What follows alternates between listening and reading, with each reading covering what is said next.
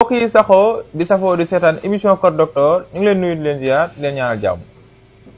dafa bëri jigéen ñoo xam ne xamuñu seen cycle dafa régulier wala régulier wul. loolu waral tey ñu nar a tontu ci laaj bi ni mel nan la ñuy xamee cycle bu régulier.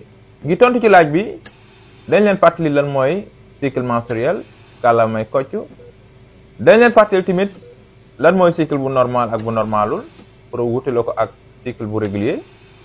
waaye tamit dañ leen wax lan mooy cycle régulier. bu fekkee gan nga ci kër gi mën nga partager ngir yee képp koo xam ne toon na vidéo bi. buñ fàtte mukk di jaajëfal ñi nga xam ne ñoo ñuy topp ak ñi nga xam ne ñoo ñuy jàppale ci liggéey bi muy administration Kër Docteur ak panel bi nga xam ne mooy groupe WhatsApp bi ñëpp ñi nga xam ne ñu ngi bàyyi xel foofu di partager suñu vidéo di ànd ak ñun ci liggéey bi. mbokk yi bisimilah ñu tontu ci laaj bi.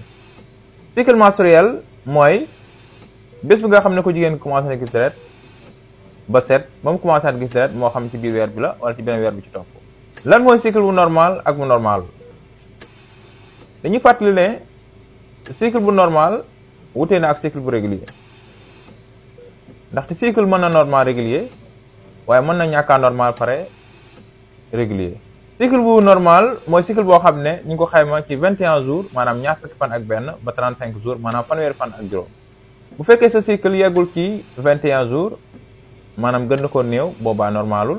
bu fekkee sa cycle ëpp na fanweer ak juróom bu boobaa sa cycle normalul. lan mooy cycle bu régulier. cycle bu régulier mooy cycle boo xam ne da nga koy gis di ko gisaat ci à peu près même nombre de jours. maanaam nombre de jours yi du wutee lool ñu ko xayma ci juróomi fan. loolu li ñu ciy déggee mooy te nombre de jours de cycle yi warul wutee lu ëpp juróomi fan. maanaam bu fekkente ne da ngay gis fóot benn nombre da koy gisaat ci beneen weer différence bi warul ëpp juróomi fan. maanaam mën na nekk différence de 4 jours maanaam ñeenti fan. wala mu nekk différence de 3 jours wala mu nekk différence de 2 jours wala mu nekk même nombre de jours.